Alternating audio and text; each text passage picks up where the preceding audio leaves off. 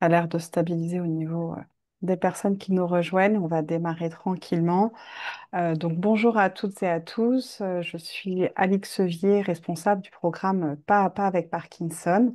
Je suis ravie de vous accueillir pour ce dernier webinaire Pas à pas de la saison 2024-2025 pour être un petit peu en accord avec la période estivale qui est souvent synonyme de légèreté. J'ai souhaité qu'on propose un webinaire avec un format différent. Habituellement, on a un intervenant sur un sujet avec l'apport d'un patient ressource. Et cette fois-ci, on va échanger pendant 1h30 avec deux patients ressources que je remercie beaucoup et qui vont se présenter sous peu sur le thème être jeune et nouvellement diagnostiqué. Donc ce sera plus une discussion qu'une conférence. Nous, on a un petit peu préparé certaines questions pour échanger sur cette thématique. Et si vous, en tant que spectateur, vous souhaitez poser des questions, vous pouvez le faire dans la partie Q&R qui est en bas de votre écran. De préférence dans cet endroit-là, mais vous pouvez aussi, si vous le souhaitez, utiliser le chat qui est aussi en bas. Donc avant de vous présenter le programme et les actions destinées aux personnes nouvellement diagnostiquées, Christine et Jean-Marc, est-ce que vous pouvez vous présenter, s'il vous plaît? Bien sûr. Mhm. Je sais pas, je commence ou Jean-Marc Vas-y, Christine. Eh bien voilà, bonsoir, je suis donc Christine, je vous parle de Bretagne, des Côtes d'Armor et plus particulièrement de Saint-Brieuc, où je suis installée depuis 25 ans pour raisons professionnelles. Auparavant, j'étais en région parisienne. Pour moi, le diagnostic date voilà, ça va faire 5 ans cette année. Et donc, au fur et à mesure de mes rencontres, et notamment du comité départemental France Parkinson, c'était comme une évidence, c'était tout naturel pour moi de m'engager aussi auprès de France Parkinson, ce qui justifie ma place ici ce soir parmi vous, et j'en suis ravie. Merci Alix. En tant que patiente ressource. Voilà, je ne sais pas si j'ai dit mon âge, mais je vais le dire parce que être jeune, quand même, c'est chouette quoi, de pouvoir se le dire, alors qu'on n'a pas encore atteint 60 ans, mais j'ai 57 ans. Mhm. Merci beaucoup, Christine.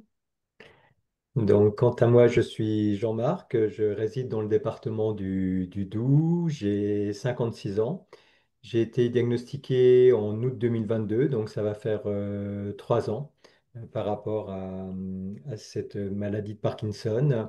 Un peu comme l'a évoqué Christine, c'est tout naturellement que je me suis rapproché du comité départemental, mais également par rapport à le fait de bénéficier d'un soutien par téléphone quand j'ai appris que j'avais la maladie de Parkinson.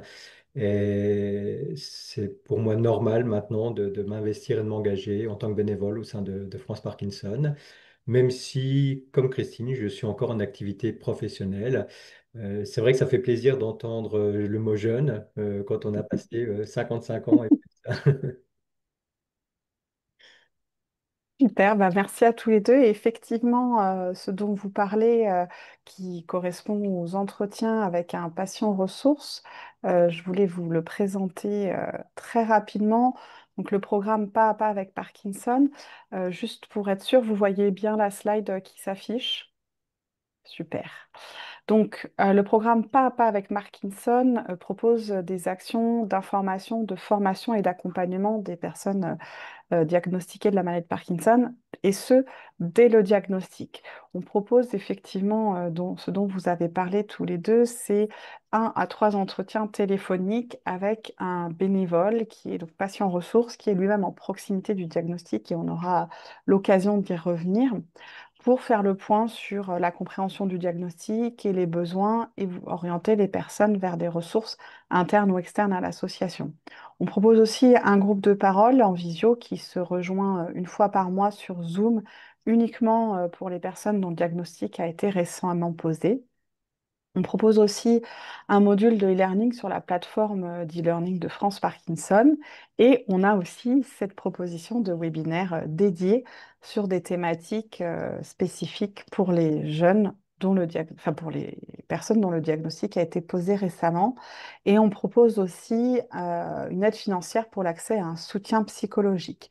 Donc, je vous remettrai cette slide à la fin si besoin pour prendre les informations.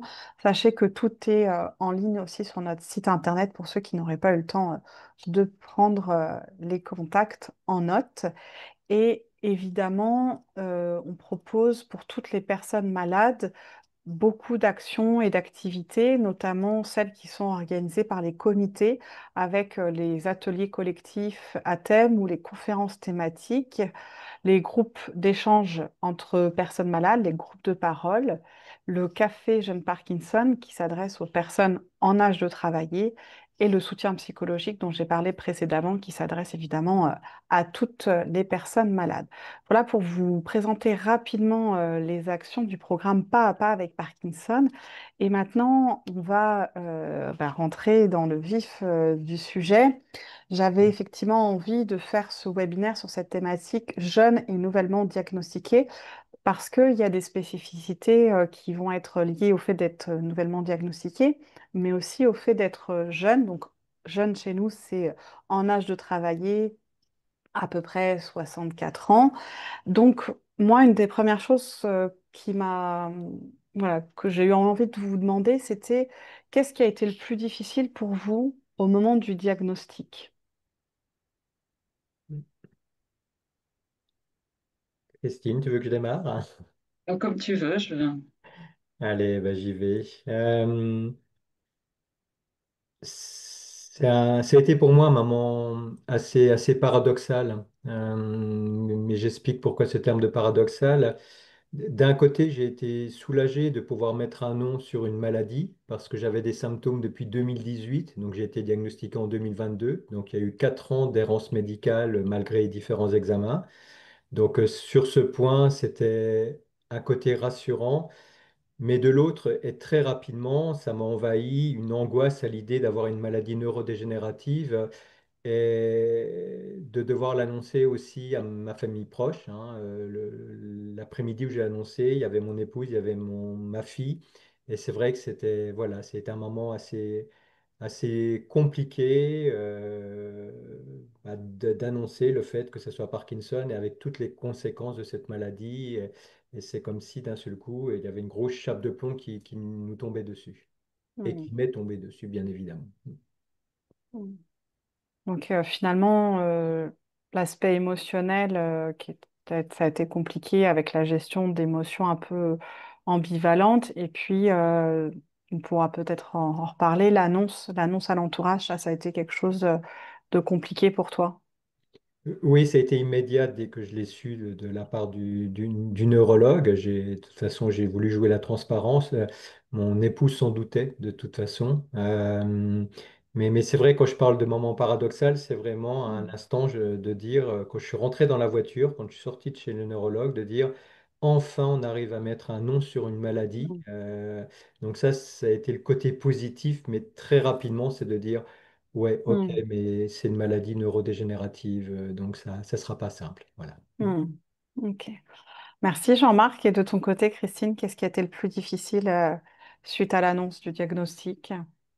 Je vais reprendre le terme de Jean-Marc, un paradoxal, hein, voilà, parce que pour moi aussi, ça l'a été, alors que c'est carrément un autre cheminement, puisque moi, je repérais, voilà, dans mon corps des choses qui n'allaient pas, entre un balancement du bras très lent, le frottement du pied, l'écriture difficile, etc.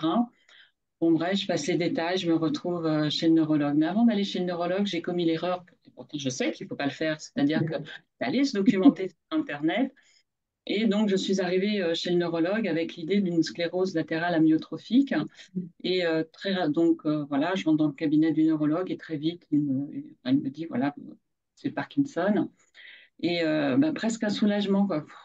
Parce que la sclérose latérale amyotrophique, c'est pas fun non plus, quoi. Donc, un Mm. moment comme ça de soulagement. Et puis après, on est rattrapé quoi, par la réalité et de se dire, mais punaise, quoi, enfin, qu'est-ce que je vais faire de ma vie, quoi. Enfin, voilà, là, on a la chape de plomb. Alors, moi, je ne sais pas si c'était une chape de plomb, mais on a l'impression que que ouais, la terre s'écroule, enfin, ou s'ouvre sous nos pieds.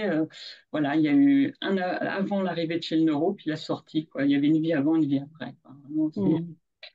là, bon. Alors moi, j'étais accompagnée par mon conjoint, donc, qui lui, les conjoints sont quand même, ils ont leur place, quoi, qui lui se doutait, parce que lui aussi avait fait sa petite démarche sans rien me dire sur Internet. Par rapport aux mots-clés qu'il avait entrés, lui, c'était la maladie de Parkinson qui ressortait, et moi, c'était la sclérose latérale amyotrophique. Voilà. Mais, ouais. C'est intéressant, comme quoi l'autodiagnostic sur Internet a ses limites. Absolument. Euh, donc là, il y a un point commun aussi, ce qui est intéressant de tous les deux, vos conjoints s'en doutaient. Oui, Est-ce que ça a du coup été aidant pour vous sur l'annonce du diagnostic? Ou toi, du coup, il était présent en fait à la consultation, donc il oui. a pris la nouvelle Mm. en même temps de plein Ben, fouet. on sort et il me dit, mais moi, je m'en doutais, j'étais sûre que c'était ça. Et puis, comme dans notre réseau amical, on a aussi des personnes qui ont pu être touchées par cette maladie. Rappelle-toi, tu sais bien que, voilà, bon, voilà, non. Mm, Hmm. Après, en ce qui me concerne, je suis pas sûr que ça soit aidant parce que quelque part, ça confirmait toutes les conséquences de cette maladie mm, neurodégénérative à un âge assez jeune, hein. Alors encore une fois, c'est pas l'objectif de remettre en cause avoir un Parkinson déclenché à 75 ans et mm.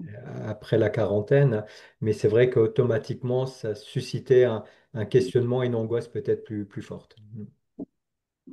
Bah, justement, ça amène la question suivante, qui était de savoir, dans toutes ces difficultés que vous avez vécues, que vous avez rencontrées, donc là, vous avez parlé des difficultés liées à l'émotionnel, au mouvement de l'annonce, l'impact, le fait de communiquer auprès de son entourage, d'avoir ce petit vélo aussi qui se met en route sur qu'est-ce que ça va être la suite, l'anticipation.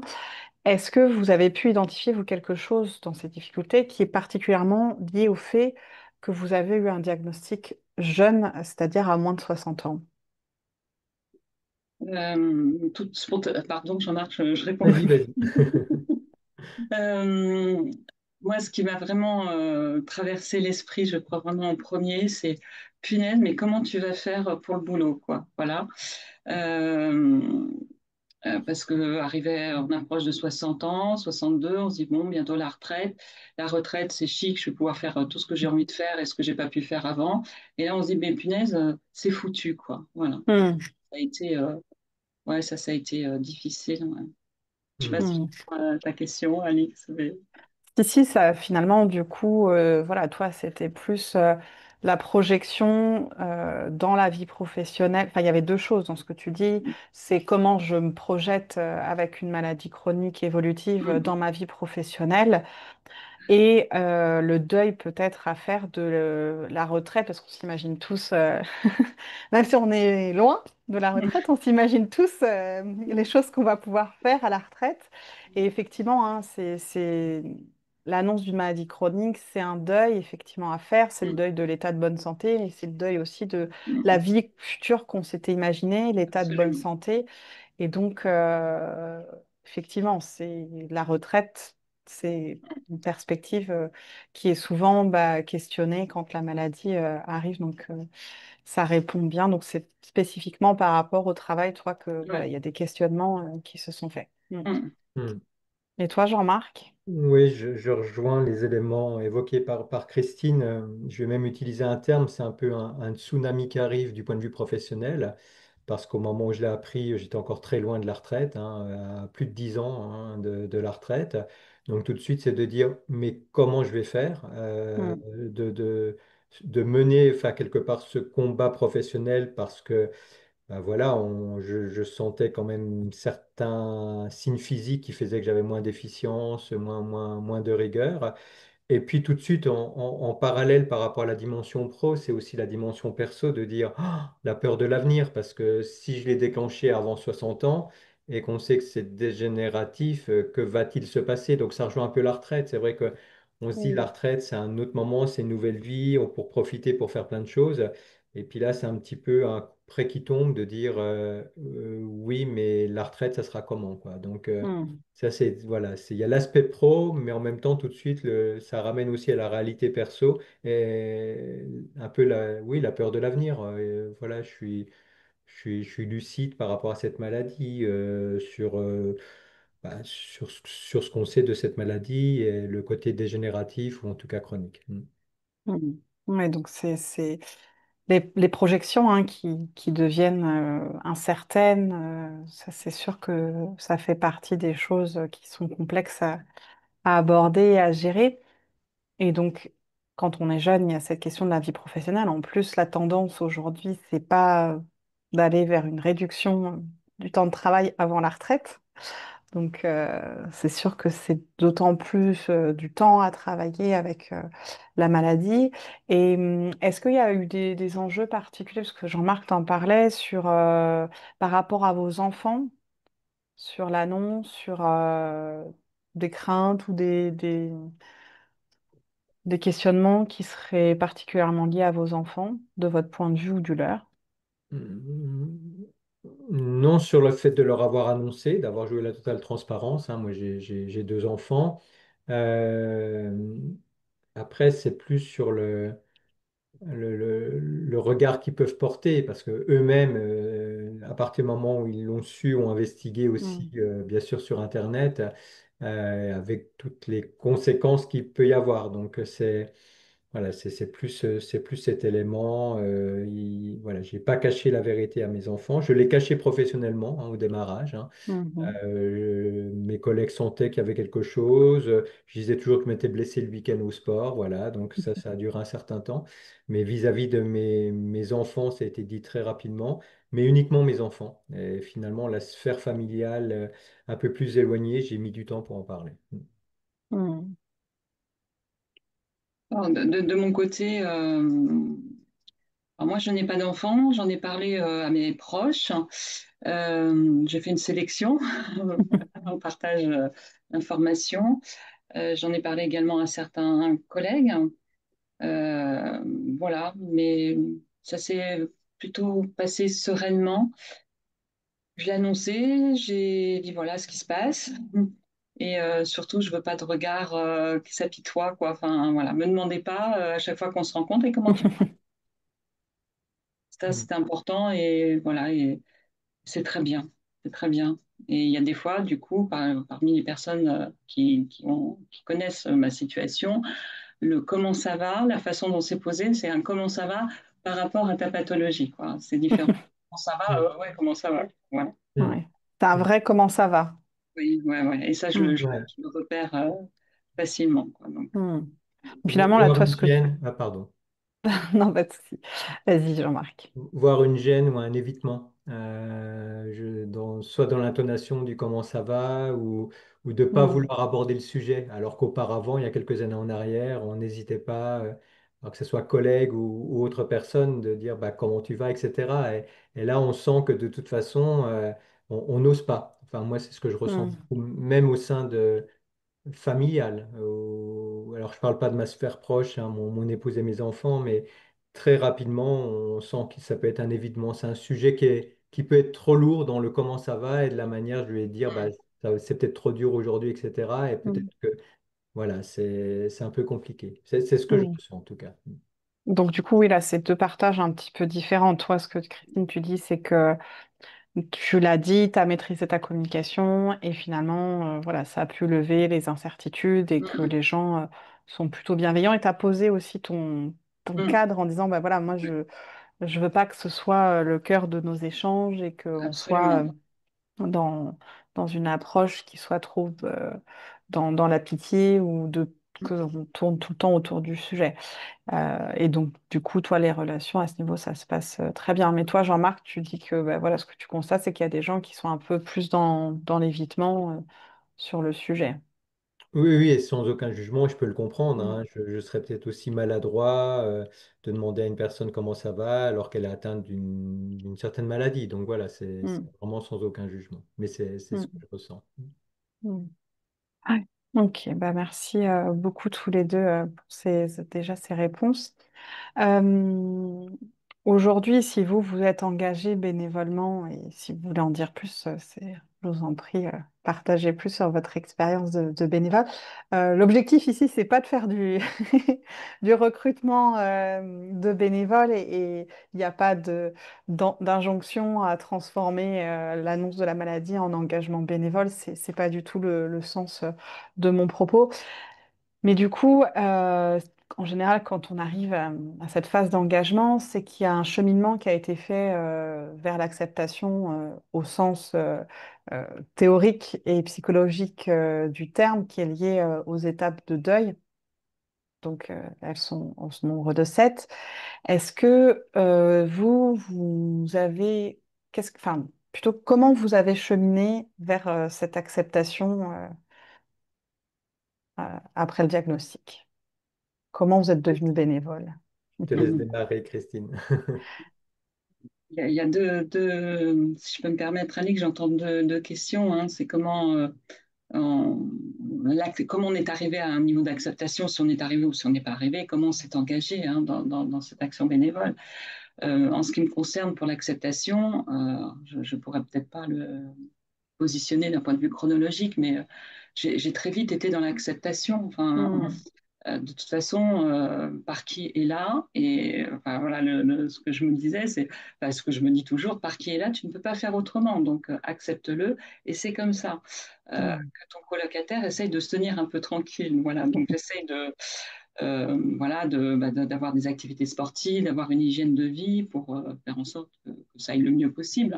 Mais de toute façon, la lutte, enfin, il était hors de question que je rentre en combat et enfin, pour moi, ça ne servait à rien. Donc, ok, tu es là, tu essaies de te tenir tranquille le plus longtemps possible, quoi. Voilà un petit peu. Et oui, l'acceptation est venue rapidement, ce qui n'empêche pas, à certains moments, le coup de gueule, la colère, et on dit, mais Mhm. punaise, quoi. Enfin, voilà. Euh, Hmm. Et est-ce qu'il y a des choses que tu as pu entendre, tu as pu lire ou tu as pu faire qui... Parce que c'est toujours très compliqué hein, de faire une relecture parce que les choses se font de manière voilà, en dessous. En fait, c'est des mouvements lents et on n'arrive pas toujours à mettre le doigt sur des choses en particulier, sur euh, ce qui a amené vers ça, mais est-ce que toi, tu arrives à voir quelque chose, peut-être une chose qui t'aurait aidé oui, je pense que c'est aussi la situation d'autres personnes dans mon entourage. Voilà, je pense à une amie qui a eu le cancer du sein, ça doit faire 15 ans, elle est en reconstruction, elle est dans les souffrances pas possibles depuis fort longtemps. Je me dis, ben moi, je souffre pas, quoi. Enfin, voilà, physiquement, je peux courir, je peux danser, je peux travailler. Elle, c'est beaucoup plus difficile, quoi. Enfin bon, j'ai accompagné aussi mes parents hein, dans des maladies, Mhm. des pathologies assez lourdes, donc c'est terrible, mais c'est aussi en regardant les autres et je me dis, mais punaise, t'es pas trop mal loti, quoi, quand même. Mhm. Ça aussi, ça m'aide. Ok. Et dans la pathologie de Parkinson, enfin, j'ai envie de dire, il y a presque autant de, je sais pas si je peux le dire comme ça, mais autant de personnes parkinsoniennes, enfin, comment on dit, autant de, je sais plus comment on Il y dit. a autant de malades de Parkinson. Voilà, Il y a autant de malades de que de formes, ouais, maladies de Parkinson. ouais. Mm. Parce que ça, enfin, je vois bien, autour de moi, tout le monde n'a pas les mêmes symptômes, ça n'évolue pas pareil, etc. Mm. Ouais. Merci, Christine. Jean-Marc, toi, sur cette question du Euh, cheminement vers l'acceptation. je vais revenir sur le terme sémantique acceptation. Moi, je l'accepte pas, je l'accepterai jamais. Enfin, c'est Mhm. vraiment très ancré en moi. Le terme que je vais utiliser, c'est je m'adapte à la situation. Mm. Hum, Par rapport à ce que dit Christine, elle a entièrement raison. Et c'est vrai que j'en prends conscience par rapport à d'autres personnes qui peuvent avoir une maladie où la souffrance est très forte. Mais moi et Parkinson, c'est quand même un combat au quotidien. J'ai pas un jour où j'ai pas à un moment des symptômes. J'ai pas une minute à moi où Parkinson me dit, tiens, je viens toquer à la porte aujourd'hui. Mm. Ce qui fait que même si j'ai passé différents caps dans cette notion d'adaptation, je peux repartir sur une phase d'injustice, Mm. de colère, pourquoi moi? effectivement par rapport à l'injustice. Mais en même temps, c'est quelque chose de stabilisé. Je rejoins totalement Christine. Je suis très cartésien. Parc qui est là, il sera là jusqu'à la fin de ma vie, hein. C'est quelque chose qu'on ne Mm. peut pas soigner. Donc, comment je peux mettre en place des parades pour m'adapter au mieux? Donc, il y a des jours, ça va mieux que d'autres, voilà, de façon très Mm. transparente. Et puis, des jours, l'adaptation, elle est plus compliquée. Mm. Parce que, ouais, quand on me demande, c'est pas le comment ça va, mais pour moi, il y a une notion de combat. Je le combats au quotidien. Et il y a des rings que je vais gagner, il y a des parties que je vais gagner, puis il y a des parties où je sais qu'il va prendre un petit peu de terrain. Et c'est vrai que le sport, on en parlera peut-être un peu plus tard, mais le sport est rentré à nouveau dans ma vie de façon beaucoup plus Mm. intense. Et ça peut faire beaucoup de bien sur différents aspects. Puis par Mm. rapport à ce que tu évoquais, donc c'est tout naturellement qu'il y a eu un engagement vis-à-vis de Trans-Parkinson. Euh, bah, parce que quelque part, une fois on est, c'est pas une notion de stabiliser, mais une fois qu'il y a des éléments de dire, bah ok, que ce soit acceptation, adaptation, c'est peut-être à mon tour aussi maintenant de faire certaines choses pour des patients qui viennent de diagnostiquer. Mm. Mm. Et je Oui, veux bien, effectivement. pardon, pardon, La allez. notion d'acceptation dans la maladie chronique, on le dit que c'est pas stabilisé, hein. Enfin, c'est un cycle qui peut recommencer, soit parce qu'il y a des étapes de vie qui sont vécues au travers de la maladie, et donc ben, on repasse parfois par certaines étapes. Ça vient aussi réactiver ce processus quand il y a des évolutions de la pathologie. Donc c'est vrai que souvent on visualise l'acceptation comme étant quelque chose de très figé dans le processus psychologique. C'est vrai, et c'est aussi vrai que c'est quelque chose qui est constant, qui est cyclique, qui peut revenir dans le champ de la maladie chronique. Mais c'est vrai que pour beaucoup de personnes, ça aide aussi de mettre des mots sur ce qui est en train d'être vécu en termes de processus psychique. C'est aussi l'annonce de la maladie, c'est un deuil. Comme je le disais tout à l'heure, c'est le deuil de l'état de bonne santé, de la vie d'avant, de la vie qu'on s'était projetée. Et ça, c'est valable pour les proches comme pour la personne malade. Donc, mettre aussi des mots sur cette réalité, en général, ça peut aider les personnes à prendre conscience de ce qu'ils sont en train de vivre et que c'est quelque chose de grave dans ce qu'ils sont en train de vivre dans leur histoire. Après, ce que votre témoignage montre, voilà, qu'il y a plein de choses pour rebondir. Et moi, du coup, j'avais une autre question, c'est est-ce que bah, cet engagement bénévole, ça vous aide aussi dans l'adaptation, comme tu le dis, ou l'acceptation? Ah oui, absolument. Enfin, oui, pour moi, c'est très clair. J'allais partager une anecdote en participant au café Jeune Parkinson, hein, donc à Saint-Brieuc. Je suis allée une fois, deux fois, trois fois, et puis j'étais un petit peu embarrassée parce que parmi les participants, j'étais la seule personne qui pouvait continuer à travailler.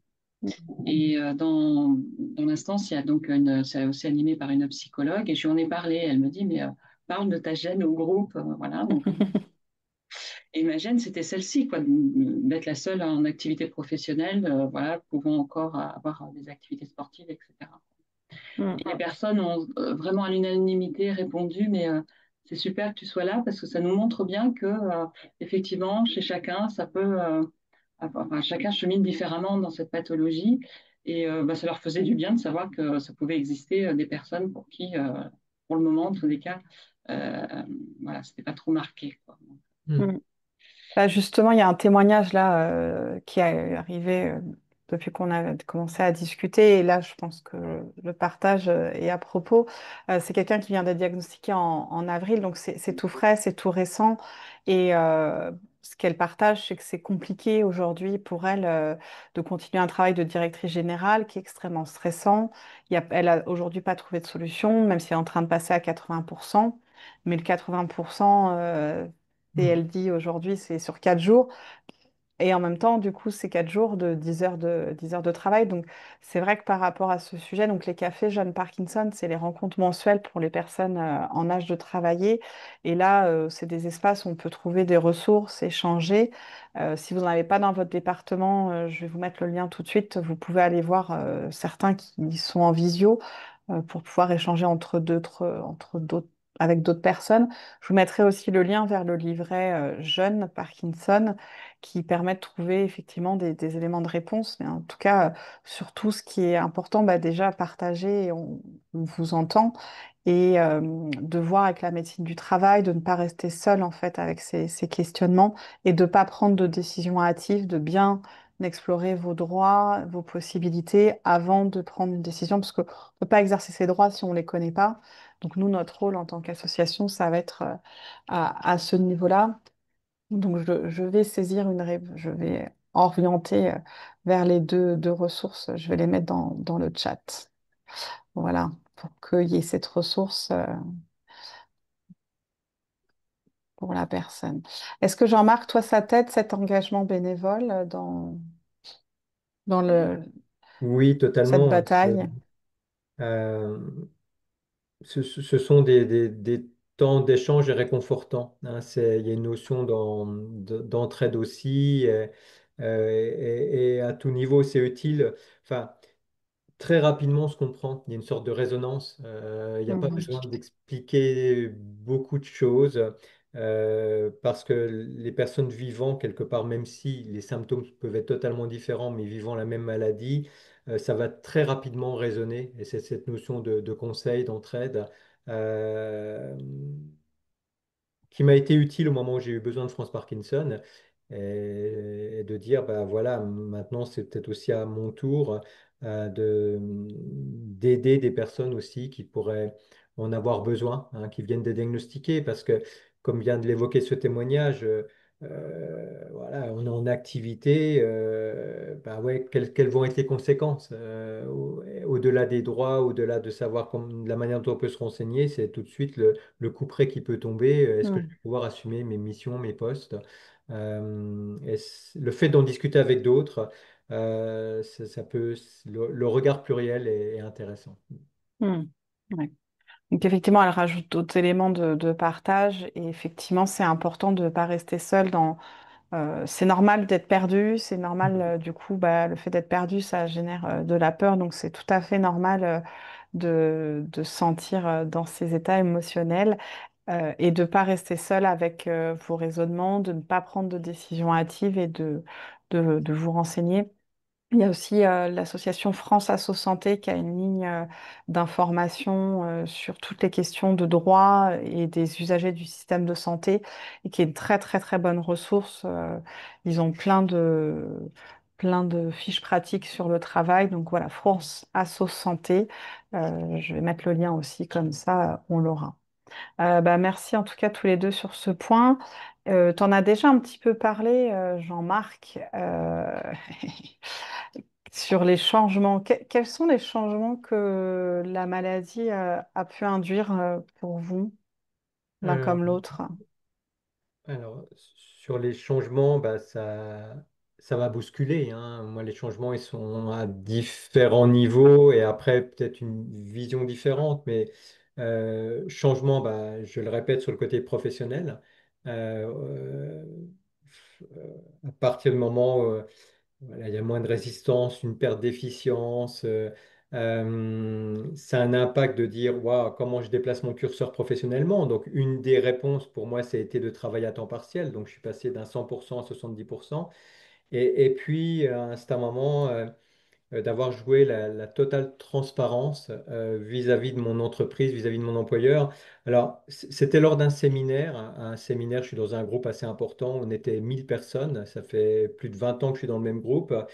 Et lors de ce séminaire, alors que normalement seul mon directeur régional devait être au courant, plus une partie de l'équipe où je suis basé, j'ai eu des personnes de France entière qui sont venues me voir pendant le séminaire en disant: Et ta santé, comment ça va? Et là, je me suis dit, alors que je cache à tout le monde que j'ai ça, Mm. c'était Le pour loup est moi de sorti. l'officialiser, de dire, mais alors je disais des choses alors que les gens savaient que j'avais ça. Donc ça veut dire que ça m'a libéré en l'officialisant, en Mm. parlant même sur les réseaux sociaux. Donc les changements subis quelque part du point de vue professionnel, subis du point de vue personnel, parce qu'on parle de nous en tant que malades, mais Christine l'a évoqué, ben, nos conjoints, on trinque aussi dans la situation, Mm. hein, parce qu'on voilà, on change, on a des éléments de nous qui sont peut-être plus les mêmes, ce qui fait qu'il peut être perturbant. Donc ça, c'est des changements que je vais appeler subis. Et puis la vision de la vie, c'est bah, peut-être de déplacer les curseurs. Alors, on dit tous, ouais, on va en profiter, on va déplacer les curseurs, mais là, peut-être encore plus rapidement que les autres, parce qu'on sait que quelque part, il y a une horloge qui est là, et d'essayer d'en profiter un maximum. Donc, c'est vrai que certains curseurs pro vont se déplacer peut-être plus facilement que lorsqu'on est en pleine santé, et de dire on verra ça au moment de la retraite. Mm. Mais ça bouscule et le domaine pro et le domaine perso. Je crois que par rapport au... Il faut surtout pas négliger, bah, c'est le rôle aussi, ce qu'on va appeler des aidants, mais il faut surtout pas négliger ce qui se passe pour nos conjoints et nos conjointes. Mm. Et dans les changements, tu en parlais un petit peu, il y avait l'activité sportive, non? Oui, pour moi, dans les changements, sachant que le sport est un moteur, l'activité sportive est un moteur, et on sait que le sport peut avoir la capacité un peu de ralentir l'évolution de la maladie. J'ai pratiqué beaucoup le tennis de table en compétition jusqu'à l'âge de 35 ans. J'avais abandonné pour des raisons aussi un peu familiales. Et là, je me rengage beaucoup sur le tennis de table. Et puis, c'est super parce qu'il y a plein d'activités qu'on appelle Ping Parkinson, avec des tournois, avec des rencontres. On est un groupe de potes, c'est surtout ça avant tout. On Mm. parle de nos difficultés et puis on va ensemble faire des matchs. Et ça fait beaucoup de bien. Mm. Oui, du coup, c'est dans un cadre un petit peu plus convivial, peut-être un peu plus léger. On n'est pas sur comme souvent, il y a des craintes sur le fait d'aller dans des groupes de parole où l'image qu'on peut en avoir, c'est des groupes de rencontres pour malades dépressifs. C'est pas le cas dans les activités que France Parkinson propose, mais j'imagine encore moins dans le Pink Parkinson, il y a un côté plaisir.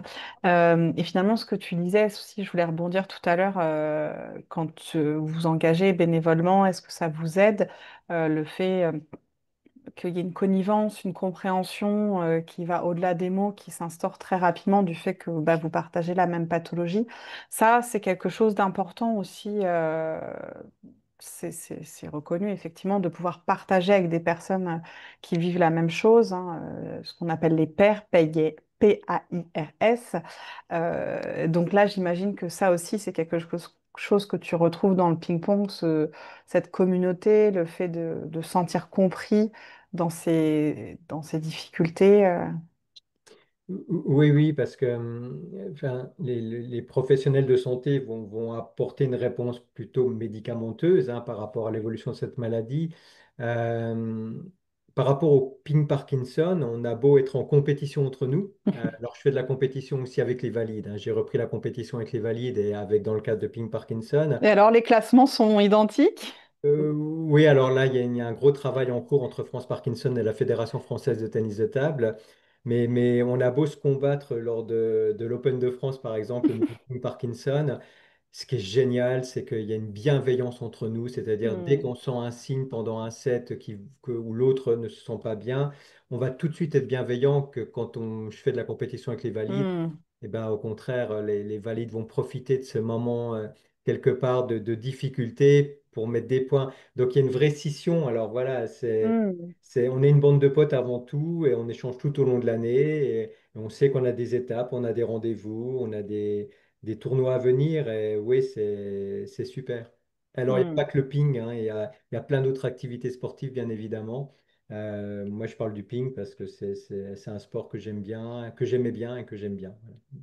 Oui, et puis l'avantage du ping-pong, c'est très accessible, quel que soit son niveau physique aussi. Très vite, Mm. on peut prendre du plaisir, très vite arriver à se débrouiller un petit peu. En tout cas, si c'est quelque chose qui vous intéresse, le ping-pong, on vous invite à vous rapprocher de votre comité départemental qui propose peut-être ou qui pourrait proposer, si vous en faites la demande, cette activité. Merci Jean-Marc pour ce chouette partage.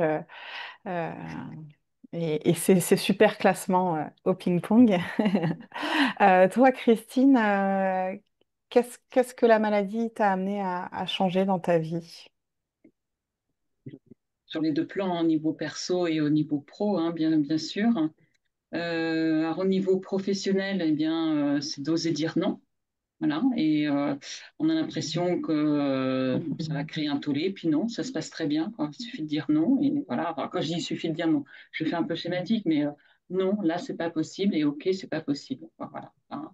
Et ça n'empêche pas que les choses se font. Voilà. Donc, oui, en tous les cas, oser apprendre et oser dire non, quoi, voilà. Moi, je travaille aussi dans une entreprise où il y a un accord pour les seniors, donc voilà, qui limite, on a le droit de demander une limitation dans nos déplacements professionnels. Donc, on n'est pas obligé de se déplacer 4 jours semaine. Ça peut être réduit à Mm. 2 ou à 3 déplacements semaine, des choses comme ça. Donc, c'est aussi aidant. Voilà. Et puis, au niveau personnel, c'est évident que là, les priorités sont autres. Euh, voilà, c'est un petit peu d'égoïsme, un petit peu ma pomme avant. Euh, et aller à l'essentiel, quoi. Voilà. Enfin, je sais pas quand je dis ça si c'est clair, mais ne pas se laisser parasiter par que ce soit des personnes ou des événements et voilà, essayer ouais, vraiment de se fixer ses propres priorités. Mm.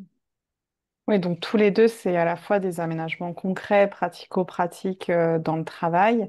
Euh, bon, j'imagine que l'annonce au séminaire, ça doit pas être très... C'est curieux. Et tu sais, du coup, si quelqu'un avait fuité pour que les gens viennent te demander particulièrement si ta santé... Oui, bah, c'était la ligne managériale, mais Ah oui. finalement, je leur en ai pas voulu parce que quelque part, ça a facilité ma prise de position et le fait d'en parler ouvertement et d'utiliser même les réseaux sociaux. Donc Mm. aujourd'hui, je me cache pas sur les réseaux sociaux de parler ouvertement de cette maladie.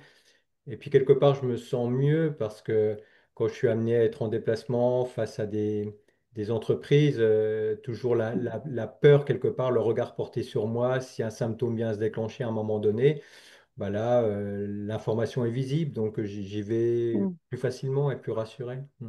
Mm. Mais Effectivement. ouais, Pardon. en fait, dans ta question, pour moi, il y a une chronologie, il y a le côté subi, c'est-à-dire qu'automatiquement, ça amène à se Mm. positionner différemment sur l'aspect pro et peut-être perso aussi. Et puis après, comme vient de l'évoquer Christine, que la vision qu'on va avoir, là, on va placer les curseurs et les priorités. Mm. Ouais. C'est une réadaptation, c'est presque un changement de manière de voir, de penser le Mm. monde. Mm. Effectivement, c'est très intéressant ce que vous dites. Souvent, ce qu'on constate aussi, c'est que dans l'entourage, que ce soit personnel ou professionnel, les gens voient, même si les personnes malades essayent de dissimuler, de cacher. Et c'est plus le fait de ne pas savoir, mais de voir des choses qui va faire que les gens se posent des questions, Mm. on s'interroge, et que finalement, quand les choses sont dites, ok, c'est une information, on comprend ce qu'on voit, et puis, alors évidemment, il y a toujours des personnes un peu malin, enfin, dans la compréhension, qui vont avoir du coup des réactions, bah, comme tu disais, un petit peu d'évitement. Après, on peut comprendre aussi que ces sujets-là ne mettent pas forcément à l'aise, mais plus les gens disent les choses, plus finalement la communication, elle est claire, il y a moins de, justement, moins d'incompréhension, et que vous, finalement, ça vous rassure aussi, c'est ce que tu dis, Jean-Marc, en fait. Maintenant, au moins, il n'y a pas de doute, il n'y a pas de questionnement. Je suis pas en train de me dire, bah, qu'est-ce que l'autre est en train de penser de moi? Qu'est-ce que je renvoie? Parce qu'on se pose beaucoup de questions hein, sur ce qu'on renvoie. On est très centré sur nous-mêmes et c'est OK, c'est normal. Donc, sur ce plan-là, je sais pas, Christine, toi, si tu veux rebondir. Non, pas plus. Effectivement, enfin, moi, ce qui est difficile au travail, c'est les moments de somnolence, hein. Donc, j'anticipe sur mes trajets en voiture, voilà, pour pouvoir m'arrêter si j'ai besoin de m'arrêter. Et puis, à certains moments de réunion, de partage avec des collègues, voilà, donc ceux qui savent comprennent, voilà, que je peux être un moment comme si j'étais absente. Et donc là, enfin, il y a cette tolérance-là, quoi, parce que c'est que, enfin voilà, ces moments de somnolence sont difficiles à gérer, quoi. Ça dure pas longtemps, mais c'est difficile à gérer. Hmm, j'imagine. Merci pour cette réponse à tous les deux. Il y a un autre partage, peut-être avant de passer aux autres questions, parce que qui revient sur les difficultés qu'on peut rencontrer au moment de l'annonce de la maladie. Donc là, on a une personne qui a 52 ans, qui a été diagnostiquée en mai 2025, donc voilà, tout récent et en âge de travail aussi. Et finalement, sa plus grosse angoisse, c'est d'appréhender l'évolution de la maladie et des symptômes. Et ça, déjà, je pense que c'est important de pouvoir le dire. Et ben, ce que fait la personne là, de dire qu'elle a ces peurs-là, c'est l'évolution de la maladie, c'est déjà beaucoup de pouvoir le verbaliser, de le dire. Malheureusement, je ne crois pas qu'on puisse euh,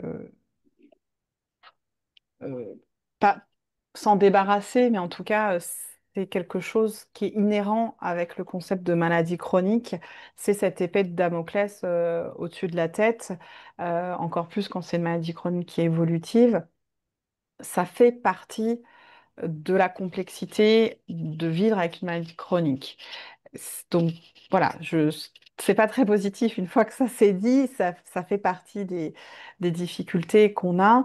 Comment peut-être on peut, parce qu'il y a peut-être des choses qu'on peut mettre en place pour aider à, à vivre un peu plus sereinement, gérer, j'aime pas le thème, mais voilà, que ces angoisses ne soient pas trop envahissantes en fait. Est-ce que vous, c'est quelque chose sur lequel vous avez Ce qui des me billes? concerne, oui, en ce qui me concerne, c'est vraiment le discours de mon neurologue quoi, qui a été rassurant parce qu'il me dit, enfin, à chaque consultation, mais vous savez, vous en avez pour 10 ou 15 ans à être tranquille. Donc, ça, il me l'a dit la première année, oui, bon, d'accord, ok. Il a voulu me dire ça pour me rassurer. La deuxième année, il me dit ça. Bon, ok. Là aussi, je me dis, bah oui, on ne peut pas dire autre chose. Et puis là, ça fait quand même 5 ans. Je l'ai vu au mois de mai. Il me dit, vous voyez, vous avez déjà 5 ans et votre mode de vie n'a pas trop changé. Et je vous ai dit, voilà, la recherche avance, la recherche progresse. Voilà, enfin, il y a les traitements. Donc, bon, ce que j'ai envie de dire, c'est Mhm. chacun, mais en tous les cas, je tiens à le dire, oui, parce que je sais que certains neurologues sont pas toujours peuvent être maladroits parfois dans le discours. En ce qui me concerne, voilà, ils se montrent toujours très rassurants et à chaque consultation, il me fait part d'une recherche nouvelle ou d'une avancée ou d'une voilà. Donc, ça aide. Moi, en tous les cas, c'est la personne qui m'a beaucoup aidé enfin, pas accepter la maladie, mais à voilà, me dire, bah oui, il y a peut-être, ça va peut-être pas arriver tout de suite la déchéance. Ok. Et toi, Jean-Marc? Comme on parle de neurologue, moi j'ai un neurologue qui a beaucoup d'humour. Il m'a dit que je vivrais aussi longtemps que les autres, mais je vivrais différemment. Mais j'espère que le différemment, c'est le plus loin possible. Donc, Mhm. c'est vrai que comme on sait qu'à l'heure actuelle, on ne guérit pas de cette maladie, on fonde quand même beaucoup d'espoir dès qu'on entend parler d'un essai thérapeutique, dès qu'on entend quelque chose, de dire ben, si on arrivait ne serait-ce qu'à stopper la maladie, ben, la vie serait pas si mal que ça. Voilà. Donc, dans ce qui m'évoque et son humour, euh, pour lui, c'est quand même d'accepter. Alors, il y a des étapes, hein. Quand je parlais de combat, ben, il y a des moments où ça va bien, et puis Mm, des moments où on sent il y a un nouveau symptôme qui apparaît ou qui est amplifié, et c'est là où j'utilise ce terme de combat parce que on peut vite douter et peut-être baisser les bras, on peut baisser la garde. Et l'objectif, ben, c'est bah, Mhm. ouais, d'essayer de regarder quand même droit devant et de dire, bon, ça ne nous empêche pas, comme l'a dit Christine, bah, d'avoir une activité, de travailler, de faire du sport. Certes, il y a des éléments qui sont un petit peu pénibles, chiants, on peut être en off à des moments de la journée, on peut être moins réactif, mais on a encore une vie normale. Mhm. mm, Et puis c'est peut-être aussi ce que vous disiez sur qu'est-ce qui a changé pour vous dans le rapport, enfin qu'est-ce que la maladie a changé pour vous dans votre vie, c'est de se focaliser sur le temps présent, sur le moment, et de moins peut-être s'encombrer avec des, des projections, des cogitations mentales. Maintenant, ça, c'est très normal, c'est très humain et c'est comme ça qu'on fonctionne. Par rapport à ça, si vous avez besoin et envie d'être accompagné, les psychologues, hein, c'est leur travail. Chez France Parkinson, on propose l'aide au financement pour 1 à 5 consultations de soutien psychologique. C'est peut-être aussi les groupes de parole entre pairs, que ce soit au niveau du comité ou les propositions nationales pour les personnes nouvellement diagnostiquées. Donc ça, je ne sais pas si vous aviez fait un travail en psychothérapie par rapport à cette angoisse de la projection, de l'évolution de la maladie particulièrement. Non, pas pour moi. Si moi je suis accompagné par quelqu'un au niveau du CHU. Ouais. Ok. Et puis après, il peut y avoir d'autres approches, hein. Chacun trouve ce qu'il a envie.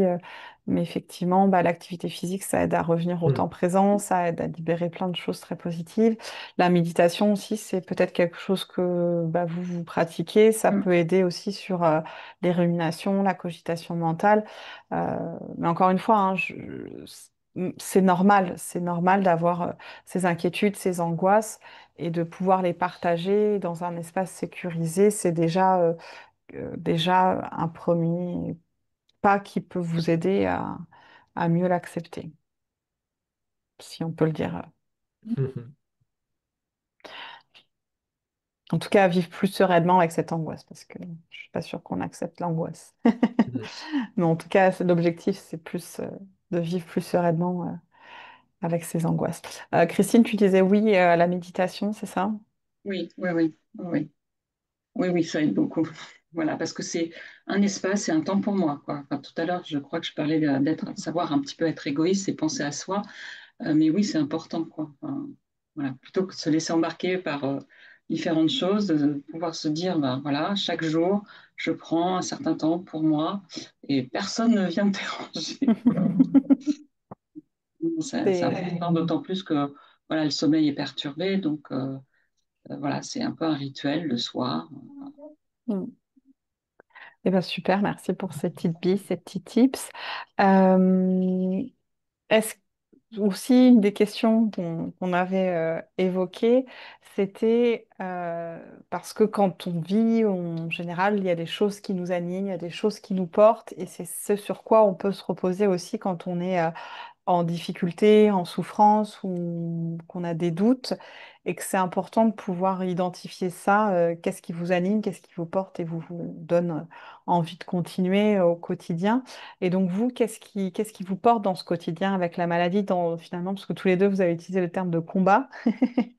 Qu'est-ce qui fait que tous les matins, vous avez envie de monter sur le ring pour faire face à Parkinson?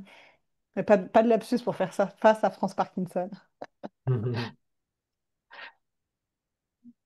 Tu veux répondre, Christine?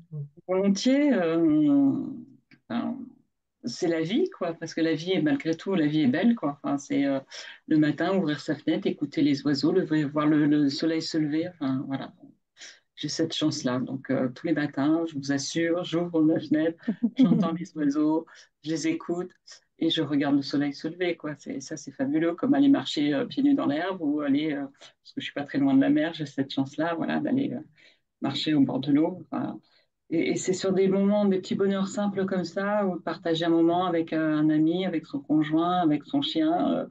Voilà, à un moment donné, c'est de s'arrêter, de vraiment être conscient. Oui, je suis sur le bord de la plage. Oui, j'ai les pieds dans l'eau. Voilà, j'écoute les oiseaux. Mais ouais, je m'arrête et j'écoute que les oiseaux. Ça peut prendre Hmm. quelques secondes, 1 minute, 2 minutes. Voilà. Revenir au moment présent. Ouais, complètement. Donc toi, c'est ça qui t'anime dans le quotidien. Les rencontres aussi, je pense qu'on en Bien avait sûr, les discuté. rencontres, ouais, c'est ce que L'humain, c'est quelque j'allais chose qui dire te... aussi. De faire de Parkinson, de cette situation, une opportunité. Enfin, voilà. On ne se serait pas rencontrés. L'année dernière, on s'est retrouvés voilà, à Paris. Dans le groupe, il y avait une personne originaire de Bretagne. Ben, voilà, on a eu l'occasion de se revoir après. Enfin, voilà. Ça, c'est chouette, quoi. C'est des belles rencontres, toujours, toujours. Mm. Oui, c'est vrai, maintenant, c'est aussi très dans l'air du temps aujourd'hui hein, il y a une sorte de forme d'injonction à transformer les épreuves, quelles qu'elles soient, en opportunités. Donc, c'est pas non plus le sens de mon propos. voilà, c'est chacun trouve ce qui lui parle, ce qui lui convient. Là, l'idée, c'est de partager des différentes approches. Mais voilà, c'est Mais important ça, pour oui, les mais ça personnes si permet c'est aussi difficile. de se recentrer sur soi et de ralentir, quoi. Et voilà. Donc, Mm. je ralentis. C'est important de prendre soin de soi pour pouvoir prendre soin des autres. Mm. En tout cas, voilà, l'objectif, c'est pas de dire qu'il y a une injonction à faire quelque chose de positif Mm. de cette épreuve, mais de pouvoir voilà, changer un petit peu de regard, de perspective Mm. sur ce qui se passe. Et toi, donc, c'est toutes ces rencontres et ce Mm. retour au présent qui est Ouais. très inspiré de la méditation, me semble-t-il. Merci, Christine. Et toi, Jean-Marc, qu'est-ce qui Alors, te il y a porte? différents moteurs, mais ce qui va me porter, c'est ma famille proche, hein, mon épouse et mes enfants. Ce sont les personnes les plus importantes. Donc, voilà, c'est pas tous les jours simple. Et puis après, je me dis oui, mais ça vaut le coup. Voilà, donc ça vaut le coup. Donc, c'est vrai que la nature aussi, hein, j'ai évoqué Christine, je suis dans un milieu assez protégé où on entend les oiseaux le matin en se levant, etc. C'est ressourçant. Donc, Hmm. plein de moteurs, mais si je devais hiérarchiser, mon premier moteur, c'est ma famille proche. Mm. Bon, et puis le ping-pong, parce que vu comment tu t'es animé Et le ping, sur l'activité ping aussi, ouais, c'est vrai. quand t'en parlais, C'est vrai, tu as raison. Mm. super. Bon, la question sur comment vous vous êtes amené à vous engager bénévolement, on y a déjà un petit peu répondu, mais est-ce que vous voulez compléter? Donc finalement, c'est l'un comme l'autre, hein, c'est le fait d'avoir bénéficié de ce dispositif qui vous a donné envie de vous Mm. engager. En Oui, ce qui me concerne, ouais, oui, Christine, vas-y. vas-y, Jean-Marc, vas-y, vas-y. En ce qui me concerne, oui, parce que j'ai vraiment le souvenir, j'étais perdu, j'ai investigué sur le site de France Parkinson, j'ai vu que je pouvais avoir un diagnostic avec quelqu'un pour parler un petit peu des ressources possibles, etc. Et ça a été un moment pour moi hyper important, parce que c'est la première fois qu'on ne parlait pas du côté médicament, mais qu'on parlait d'autre chose. Et puis, ce qui est super rassurant, c'est que la personne que j'ai eue m'a dit, j'ai moi-même Parkinson, j'ai été Mhm. diagnostiqué à tel moment. Et puis, ça crée tout de suite une sorte de, je l'évoquais déjà le terme, mais une sorte de résonance de dire, tout ce Mhm. que je vais lui dire, il va l'entendre et il va le comprendre. Et il n'y aura même pas besoin de répéter. Donc ce côté être perdu et être rassuré, c'est pour ça qu'aujourd'hui, moi, il y a l'engagement. C'est si je peux essayer d'être un peu utile à des personnes qui viennent d'apprendre qu'ils ont la maladie, bah, je serai un trait d'union comme d'autres pour faciliter, peut-être pas l'acceptation, mais l'adaptabilité. Il fallait que je la replace. Hmm.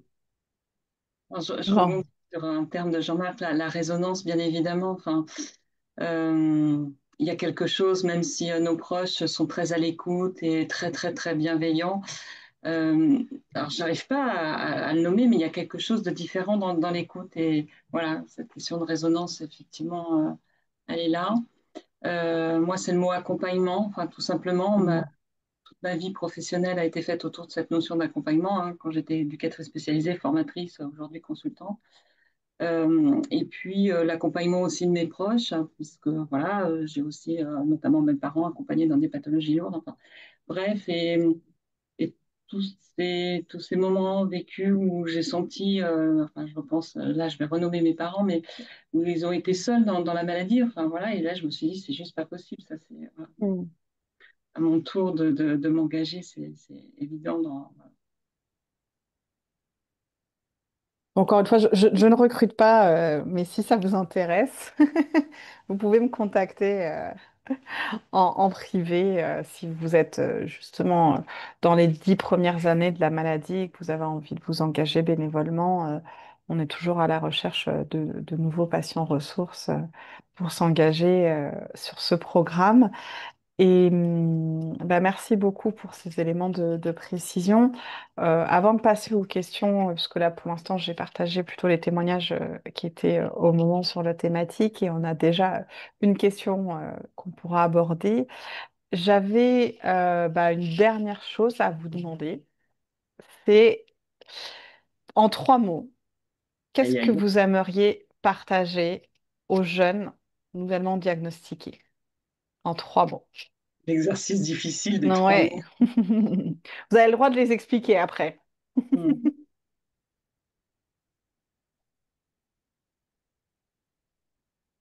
Allez, je me Jean-Marc, je lance. te laisse. Euh, c'est d'accepter, ouvrez les guillemets pour les trois mots. Euh, je ne suis pas un guerrier, hein, mais d'accepter le combat. Pour moi, c'est quand même une notion de combat, tout en étant résilient. Et comme on est humain, d'accepter le doute aussi. Donc c'est l'acceptation de ce combat, de cette résilience et le doute. Voilà. Ok. Si je devais résumer en trois mots. Donc, combat, Résilience résilience et et doute. doute. Mm. Ok. Et ce qui est finalement ce que tu dis, c'est comme on est humain, ça veut dire que c'est intrinsèque, on est tous sujets finalement à certains combats et à certains doutes et la résilience qui va avec. Mm. Est-ce que tu veux en dire plus sur ces 3 mots ou c'est OK pour toi? Non, c'est OK pour moi, ça résume bien quelque part ce que je peux ressentir à travers cette pathologie. Je sais, just do it, ça fait une belle phrase. Je trouve de- Tu peux mettre ça sur ton t-shirt de ping-pong. Il faut en parler à Marie alors. Accepter le combat, le doute et Ouais, la résilience. tout à fait. Tout un vaste programme, il n'y a plus qu'à. Mm. C'est vrai. Et donc merci Jean-Marc. Et toi, Christine? C'est difficile, hein, trois mots. Moi, je dirais y croire toujours, Mhm. partager et y croire, partager, ne pas rester seul et non, c'est un peu dans le partage peut-être, ouais. Y croire, partager, ne pas rester seul et s'écouter. Ouais. Oh, c'est Ok. quatre, ça. Oh, Non, non, c'est bon. Enfin, y croire, partager ne pas avec rester seul. pas rester seul, Ouais. ça va ensemble. Et le dernier, il vient de- S'écouter. s'écouter. S'écouter. C'est super d'être égoïste. C'est comme dire non, c'est hyper libérateur. Super. Est-ce que tu veux développer un petit peu plus? Non, non, je sais pas, non. Eh ben, merci beaucoup pour cet échange. On a encore du monde qui est en direct avec nous. Donc voilà, c'est le moment un petit peu d'échange. Si vous souhaitez poser vos questions, on essaiera d'y répondre dans la mesure de nos capacités. En tout cas, j'espère que jusque-là, ça vous a intéressé et que ça a pu vous apporter quelques éclairages sur ce que vous vivez. C'est vrai qu'on a eu deux partages de personnes qui sont nouvellement diagnostiquées et dont le diagnostic est assez récent, donc j'espère que ça vous donne quelques billes pour la suite. La première question qui est arrivée, c'est donc un diagnostic depuis 2 mois et des conseils pour l'annonce à des jeunes enfants de 10 à 13 ans, donc des pré-ados. Est-ce que toi, Jean-Marc, ils étaient aussi jeunes, tes enfants? Non, Vous avez non, des nièces et neveux peut-être aussi non, moi dans j'étais ces déjà âges-là? majeur, donc j'ai pas eu à l'annoncer à des enfants plus jeunes. Donc j'ai pas de retour d'expérience par rapport à cette question. Peut-être des neveux, des nièces?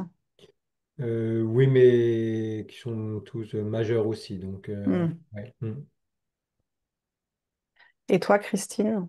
Moi, si je peux me permettre, j'ai pas de témoignage personnel, mais si je peux me permettre, c'est que parfois c'est notre angoisse, quoi. Et les enfants sont parfois beaucoup plus, enfin, je sais pas si on peut dire beaucoup plus ouverts, mais on est inquiète pour les enfants. Les enfants reçoivent ça beaucoup plus naturellement que nous, adultes, avec nos croyances, nos angoisses. Et voilà. En tout cas, là, je vais partager dans la réponse. Mm. Pardon? Oui, j'allais dire, il y a peut-être après des supports à partir d'ouvrages, de Hmm. livres, des choses comme ça, comment annoncer quelque chose de difficile. Là, j'ai partagé le lien vers le replay d'un des webinaires qu'on avait eu autour de l'annonce de la maladie à son entourage personnel et professionnel. finalement, on peut repartir de ton expérience, Jean-Marc, parce que euh, déjà, effectivement, c'est ce que tu dis, les enfants aussi, on s'imagine tout un monde de comment eux, ils vont vivre et percevoir les choses. Et finalement, en fait, ce qui est plus compliqué pour les enfants, c'est l'incertitude, c'est le fait de ne pas dire, le fait de cacher, parce que les enfants ont une perception très, très grande et très, très fine de tout ce que les parents vivent. Et donc, c'est plus l'incertitude, euh, le fait de ne pas mettre de mots sur ce qui est en train d'être vécu qui va être tout difficile et douloureux pour les enfants. Donc, c'est finalement, c'est ce qui est dit dans le webinaire et c'est les préconisations qui peuvent être faites, c'est de préparer sa communication, de savoir ce qu'on va dire, comment on va le dire, d'adapter son langage, son niveau de langage aussi à l'âge des enfants, de préparer aussi d'éventuellement réponses aux questions, ou aussi de dire on ne sait pas, on va se renseigner, on peut regarder ensemble des choses. Et c'est vrai qu'à l'association, aller rencontrer d'autres jeunes à travers les cafés jeunes Parkinson pour avoir d'autres partages d'expériences, ça peut être intéressant. Et on a une BD qui s'appelle Dis Papa qui peut être un support aussi. Maintenant, on travaille beaucoup sur aujourd'hui la question des enfants majeurs et notamment des enfants étudiants. Donc, Mm. on a un webinaire qui est programmé à la rentrée spécifique dans le cadre du programme à deux pas, qui est le programme pour les aidants, qui traite spécifiquement du sujet des enfants dont le parent, pardon, a la maladie de Parkinson. Donc effectivement, là, il y a un partage qui dit, je leur ai dit la vérité, mais light. Effectivement, c'est light au sens où je dis un premier niveau d'information sans cacher les choses, sans périphrase, en nommant la maladie, en disant que les symptômes étaient pris en charge et insister sur le fait que c'était pas génétique. Donc effectivement, alors parfois c'est intéressant de pas trop anticiper leur questionnement et de dire Mm. voilà quelque chose de light, de simple et d'attendre leurs questions et de pouvoir y répondre plutôt que de se dire j'anticipe tout, je dis tout, je dévoile tout. Et c'est ça aussi qui peut générer de l'anxiété. Et je reviens sur le soutien psychologique parce que ça, c'est vraiment quelque chose avec lequel vous pouvez discuter avec le psychologue, être accompagné sur comment annoncer la maladie à son entourage. Peut-être que vous avez été accompagné sur ce sujet avec le psychologue. Moi, non, c'est a posteriori. Je bénéficie Ouais, non. d'une psychologue, mais a posteriori Mm. depuis moins d'un an. Donc, toute la partie amont, annonce, etc., c'était sans soutien psychologique. Mm. Hmm. Pareil pour moi. En tout cas, c'est les professionnels qui peuvent accompagner sur Mm. voilà, préparer sa communication, choisir le moment, choisir le lieu aussi, tout ça, c'est redit dans le webinaire. Donc, je ne sais pas vous, vous dire tout ce qui est dedans, je vous fais un petit teasing. Ce webinaire voilà, vous permet de vous donner quelques billes sur comment annoncer à son entourage. J'espère que ça donne des éléments de réponse à la personne qui a posé la question. Il y a une autre question entre-temps qui est arrivée, plus sur un partage d'expérience. Avez-vous été correctement assisté par les services de santé par rapport au travail, donc la Sécu, le médecin du travail? Les impacts de la maladie sur le poste de travail ont-ils correctement été évalués? Alors, en ce qui me concerne, oui. Moi, j'ai bénéficié d'une assistante sociale à la médecine du travail, ce qui a permis déjà toute une partie administrative pour élaborer un dossier pour une reconnaissance RQTH, donc en lien après avec mon médecin généraliste. Donc c'est un peu la jungle, hein, parce qu'on se dit qu'est-ce qu'on peut faire, quels sont nos droits, quelles sont les ressources. Donc c'est vrai que je ne sais pas si dans tous les services de médecine du travail, il y a une assistante sociale ou un assistant social, mais moi, en bénéficiant, ça a permis vraiment de comprendre le cheminement, de dégrossir, de pouvoir monter un dossier RQTH. Et après, d'être en lien justement avec aussi la CPAM pour une activité à temps partiel et une pension d'invalidité.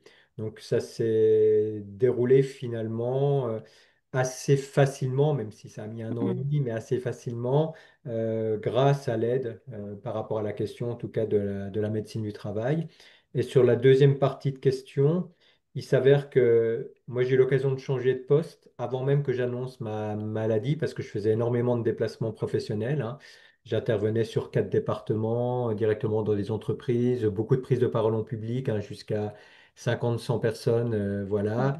Mhm. Chose que je pourrais plus faire aujourd'hui, je suis très transparent.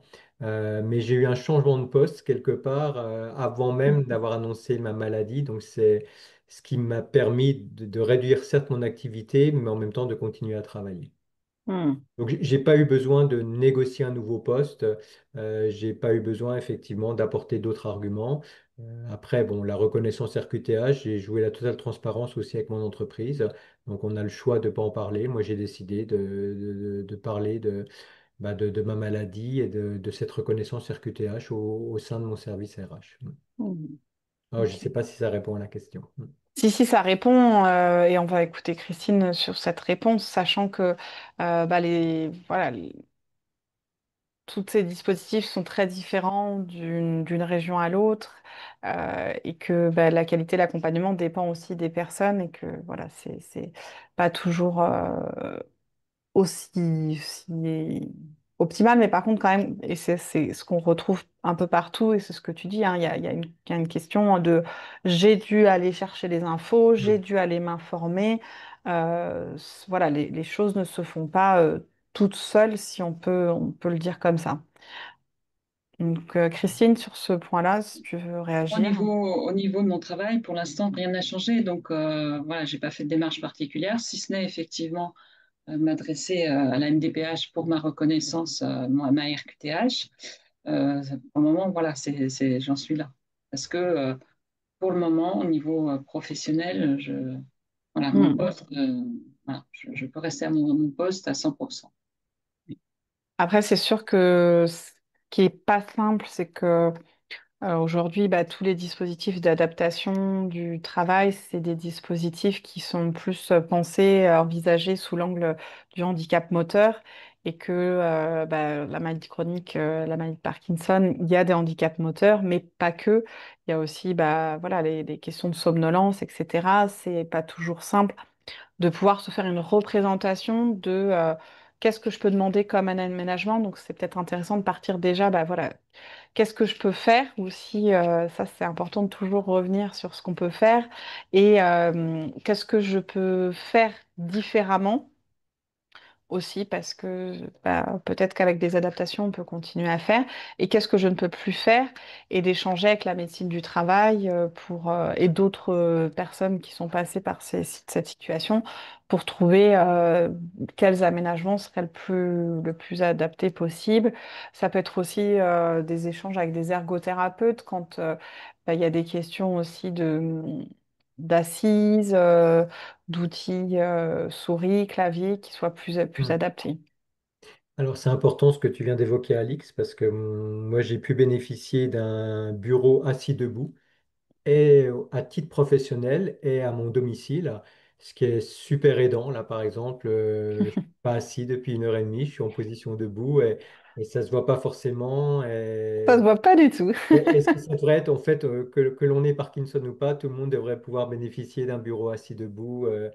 C'est top. Et j'en ai bénéficié grâce à un ergo dans le cadre avec la GFIP, enfin via mon entreprise Mm. par rapport à la GFIP. Ouais. Ça veut dire que l'objectif, c'est ne pas avoir peur d'investiguer pour aller chercher les infos et à un certain moment, ça Mm. peut s'enchaîner, les différents éléments peuvent s'enchaîner, quoi.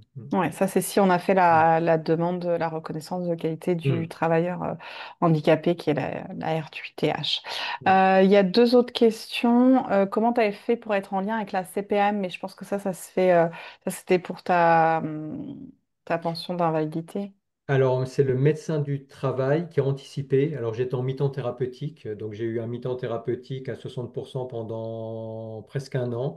Et c'est mon médecin du travail qui a anticipé, qui est rentré en lien avec le médecin conseil de la CPAM en disant a besoin d'être reçu je valide une activité à temps partiel et par Mm. rapport à une pension d'invalidité. Donc, finalement, la liaison, j'ai pas été convoqué par la CPAM, c'est le médecin du travail qui a permis cet entretien avec le médecin conseil de la CPAM. Ok. Et donc ça répond à la question de comment on fait une reconnaissance d'invalidité aussi. Là, c'est une des possibilités, c'est en passant par la... C'est ça. Oui, c'est un entretien qui va un petit peu mesurer de combien de pourcentage on doit réduire son temps de travail et quelle est la pension d'invalidité. Il y a différents niveaux qui peuvent être attribués en fonction de la baisse de l'activité professionnelle. Et c'est délivré par le médecin conseil, la CPAM. Super. Pour toutes ces questions, je vous renvoie aussi bien vers France Asso Santé et on a aussi une permanence juridique bénévole et puis notre site internet qui explique les différents dispositifs. Ce qui est vraiment important, c'est de pouvoir euh, s'informer avant de prendre la moindre décision. euh, Parce Mm. que voilà, on ne peut pas exercer ses droits si on ne les connaît pas. Et donc, s'informer avant de prendre toute décision active. Euh, voilà, ça c'était pour compléter. Euh,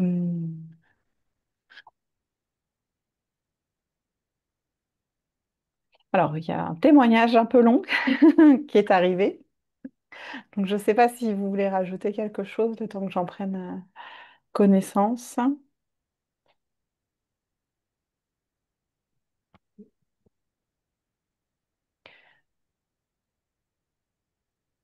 Alors, c'est une Oui, oui, le question. premier point, en Vas-y. fait, parce qu'on parlait d'RQTH, on parlait effectivement d'invalidité. La première démarche qui peut être effectuée, ça, c'est le médecin généraliste. Si on sent qu'on est en difficulté professionnelle, c'est ne serait-ce que de démarrer un mi-temps thérapeutique. Il n'y a pas de perte de salaire, enfin, c'est important de le dire.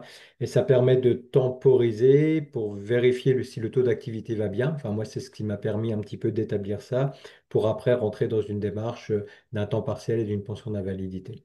Ah, c'est comme ça que j'ai pratiqué, j'ai trouvé que ça avait du sens en fait.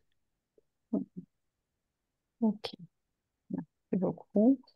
Donc, j'ai eu le temps, ouais, de lire le témoignage qui en fait est une question sur voilà, le rapport entre la génétique et la maladie de Parkinson et les causes de la maladie de Parkinson. Donc moi je ne suis pas neurologue ni chercheur, donc j'ai pas des éléments de réponse sur cette question. Donc je vous mets le lien vers le site internet pour reprend ce qu'on en sait aujourd'hui. Parce que la maladie de Parkinson est une maladie plurifactorielle et donc, c'est très compliqué de répondre avec certitude sur les questions qui peuvent être évoquées sur ce sujet-là. Donc, je ne sais pas si dans l'auditoire, on a d'autres questions. Est-ce qu'il y a des choses qui arrivent? Alors, alors. C'est une question intéressante. Est-ce que surtout pour toi, Jean-Marc, puisque tu avais évoqué le sujet, est-ce que tu penses que le fait que les personnes sont maladroites ou dans l'évitement, avec les personnes qui ont la maladie de Parkinson, c'est dû à un manque d'information sur la pathologie et donc que plus de psychoéducation serait nécessaire? Alors, je vais déjà répondre pour tout le monde, dans tous les cas de Mhm. figure, plus de psychoéducation et de l'apprentissage sur comment parler et communiquer avec les autres. Je pense que ça ferait de mal à personne. Mhm. Je pense pas que ce soit, enfin ce que je ressens, je pense pas que ce soit lié à la maladie de Parkinson. J'étais en pleine forme jusqu'à maintenant, donc j'avais jamais eu de souci de santé pour dire comment tu vas et je répondais toujours ça va bien. Donc je pense que c'est le fait qu'on ait un peu peur de ma réponse ou que je rentre sur un sujet en disant bah, c'est pas forcément la forme aujourd'hui. De toute façon, quand on pose la question comment ça va, on attend, enfin je sais pas si c'est quelque chose un mal français, mais on attend ça va bien et puis on passe à autre chose et ah au fait par rapport au dossier on en est là. Mm, Donc voilà, mais l'évitement, c'est vrai que je le ressens à titre un peu professionnel comme si c'était dérangeant. Mais aussi à titre personnel dans de la famille, dans de la belle famille, etc. ou autre, où on ne pose ni la question que de la manière dont je vais, comment mon épouse va aussi. Et je mm, trouve c'est parce que c'est vrai qu'on fait souvent aussi le focus sur le malade sans faire le focus sur le conjoint ou la conjointe. Et je trouve que ouais, j'évoquais ce côté évitement parce que c'est du vécu assez régulièrement en fait. Mais mm.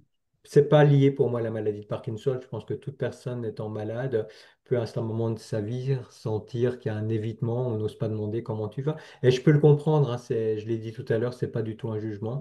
Mm. C'est peut-être la peur et peut-être la méconnaissance de certaines maladies. Oui, c'est possible. C'est Ah, sûr que c'est c'est une méconnaissance globale hein, de ce que c'est le Mm. handicap, de ce que c'est la maladie chronique. Voilà, et tout ce qu'on ne sait pas. On a peur de ce qu'on ne connaît pas, ce qu'on ne sait pas. Mm. Christine, tu veux rebondir? non, j'allais juste, enfin, je rejoignais tout à fait Jean-Marc sur ses propos. Effectivement, c'est pas lié à Parkinson. Enfin, à une époque, on ne posait pas de questions aux personnes qui avaient un cancer, par exemple. Enfin, voilà, maintenant, Mm. c'est un petit peu. Mm. Bon. Mais Ouais. ouais, ça renvoie à nos propres peurs, quoi. Enfin, voilà, Mm. et si ça nous arrivait à nous, quoi. Enfin, voilà, Mm. je fais un petit peu court et schématique, mais je pense qu'il y a aussi quelque chose de cet ordre-là. Et oui, bien sûr, de la méconnaissance, parce que enfin, moi, je me souviens de quelques remarques quand j'ai annoncé la pathologie, mais pourtant, tu es vachement jeune, quoi. Enfin, pour Mm. moi, Parkinson, c'était, je sais pas, 75, 80 ans, quoi. Eh ben non, enfin, les trentenaires sont touchés, quoi. Enfin, bon, j'ai pas de chiffre en tête, mais Mm. voilà, il y a beaucoup, beaucoup de personnes jeunes en âge qui sont touchées par la maladie. Hmm.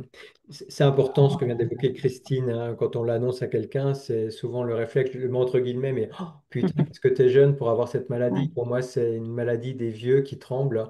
Donc, il y a une vraie méconnaissance par rapport à cette maladie. Donc, Mm. c'est vrai que c'est une réaction que j'ai eue assez souvent de dire, oh, mais t'as quel âge? Moi, mais t'es Mm. jeune, comment tu as Ouais. déclenché cette maladie? Donc là, c'est un questionnement après de dire, et peut-être un renvoi à d'autres de dire, oh, mais finalement, ça peut m'arriver à moi aussi parce que Mm. peut-être une peur. Oui, après, c'est une remarque qui est assez maladroite hein, quand Mm, on la reçoit en tant que personne malade, mais mm, ça vient effectivement d'une méconnaissance et donc voilà. Et ben super. Il y a un autre. Alors il y a une question et un témoignage. En tout cas, et il y a. euh, Merci pour vos témoignages et vos sourires.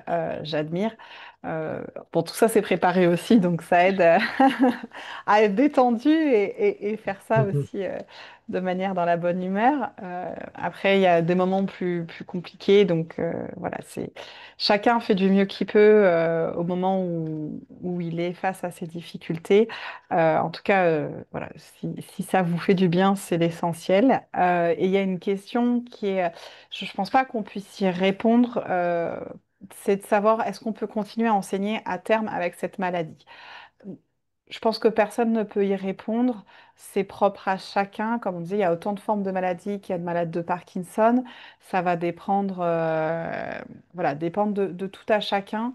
Euh, et c'est vous qui voyez, qui pouvez avoir ces éléments de réponse. Surtout prendre le temps, surtout vous renseigner.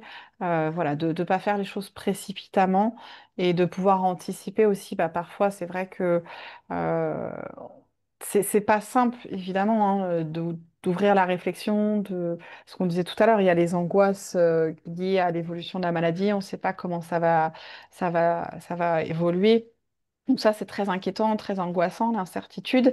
Et du coup, il peut y avoir aussi une tendance à se dire, bon, bah, je mets ça de côté, je mets dans un placard et je ferme la porte à double tour.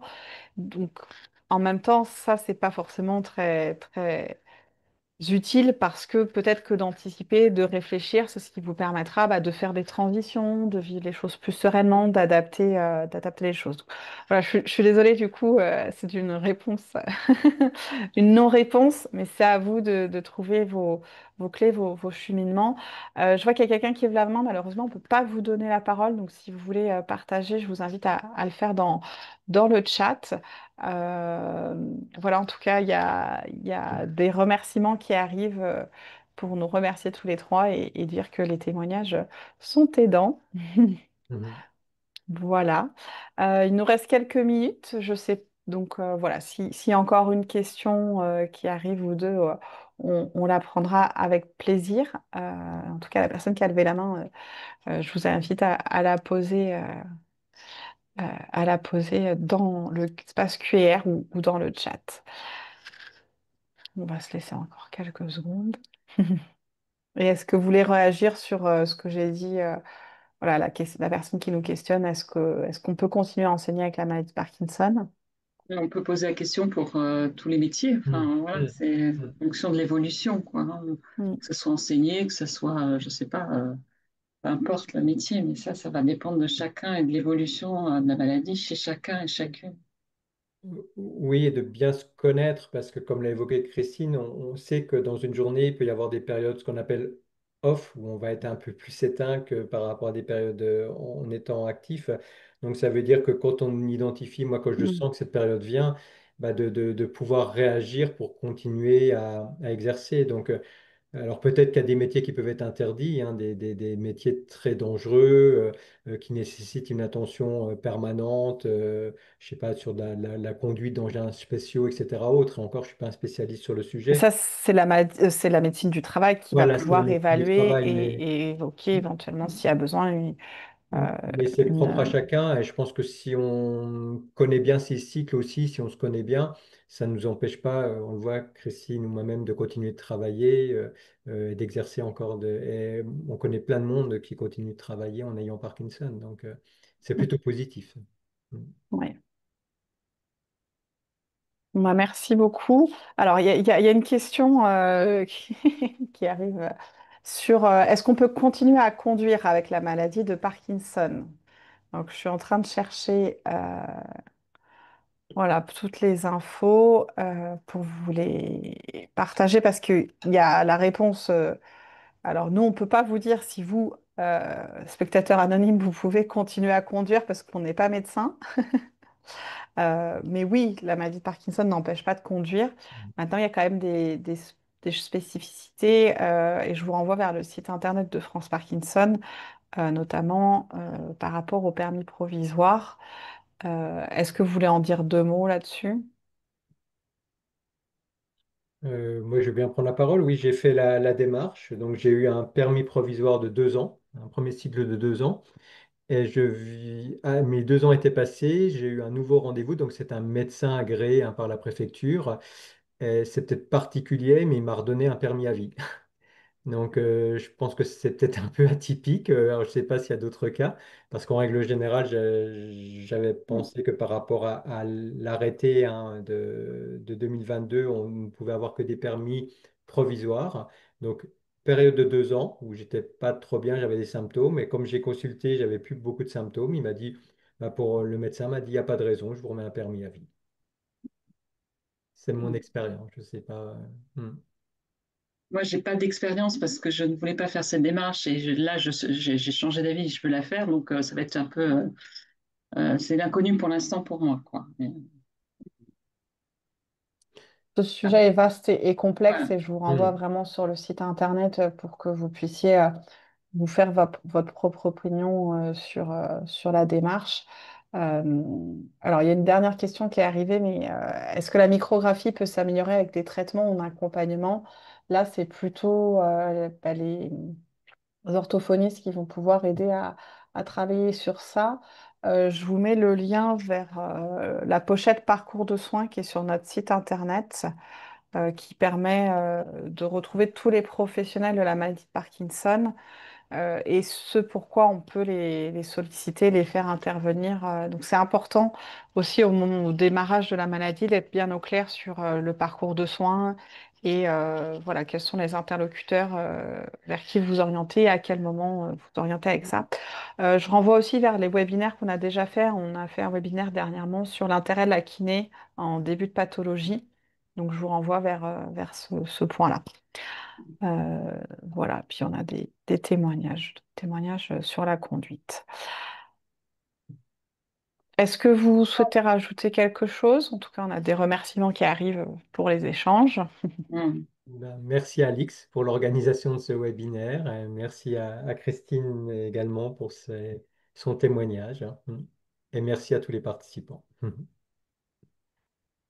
Je me joins à Christine? Jean-Marc pour les remerciements, hein. Merci vraiment, Alix, oui, bien sûr, de cette organisation, de ta confiance, voilà, du partage toujours, voilà. Et C'est merci. moi. Pardon? C'est moi qui vous remercie Mm. beaucoup d'avoir accepté de participer à ce dernier webinaire de la saison. On se retrouvera à la rentrée. Les prochaines dates ne sont pas encore calées. Et si vous souhaitez être informé, vous avez notre newsletter et vous avez aussi le site internet. Vous pouvez surveiller régulièrement. Les infos sont mises à jour. J'espère que vous avez trouvé des éléments de réponse, des éclairages. Et on a encore plein de remerciements qui arrivent. Donc, je vous souhaite un très bel été à vous deux et puis à toutes les personnes qui ont suivi ce webinaire et qui le verront en replay. Et je vous souhaite sur ce une bonne soirée. Merci. Merci, à Au bientôt. Merci, au revoir. revoir. Au revoir.